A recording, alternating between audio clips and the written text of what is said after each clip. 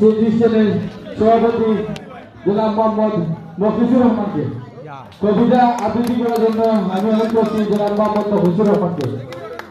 সভাপতি আচ্ছা আদি ভাই না এখন খেলার বিষয়টা খেলার বিষয়ে কবিতা নিলাম।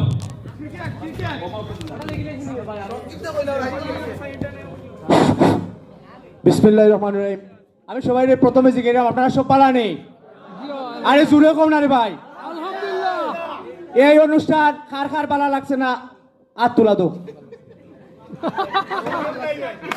সবার পালা লাগছে। হ্যাঁ আচ্ছা যাই হোক,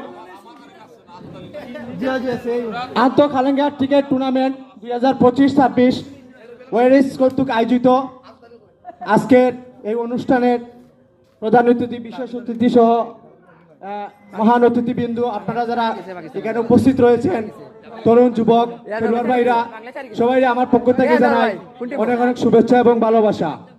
তো বিশেষ করে আসলে এই যে ক্রিকেট কইরাম ভাই আমার কইরা, এই যে ক্রিকেট, এই কবিতার লোকে আমার আবেগ জড়াই আছে ভাই। এই যে ক্রিকেট শুধু এটা খেলা নয়, এটা আমার শৈশবের আবেগ। এবং এই ক্রিকেট খেলা লই আমার হাসি খুশি কান্না অনেক কিছু আছে। এই ক্রিকেট আমাদের বাংলাদেশের একটি গৌরবের পতাকা।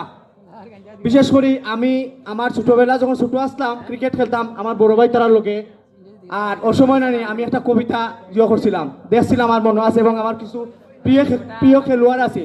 এখন শুরু করি আমার কবিতাটা। সৌরভ গাঙ্গুলি বাংলার বাঙালি, কপিল দেবকে ছাড়ালি, ক্রিকেটকে কাপালি, সেরা বেটে সেরা রান, ভারতকে করলি দান, 3 জনার একজুটি, বাংলাদেশের ধরলকুটি, 100 রানে করবিপূর্ণ, অন্য দলকে করবি শূন্য, প্রতি খেলায় সেঞ্চুরি, সচিন তারবীর গাঙ্গুলি, ওয়ারিশ দলের সদস্যরা দলের সুনাম রাখলি। আত্মালি হইতো না বাবার একটা লাগে আত্মালি একদম ধন্যবাদ মফিজুর রহমানকে, অসংখ্য ধন্যবাদ। এটাই আমি বুঝাইলাম যে ছোটবেলা থেকে যে আমার ক্রিকেটের প্রতি একটা ভালোবাসা আছে। সবাই ভালো থাকবা। আবার একদম মফিজুর সবাই একদম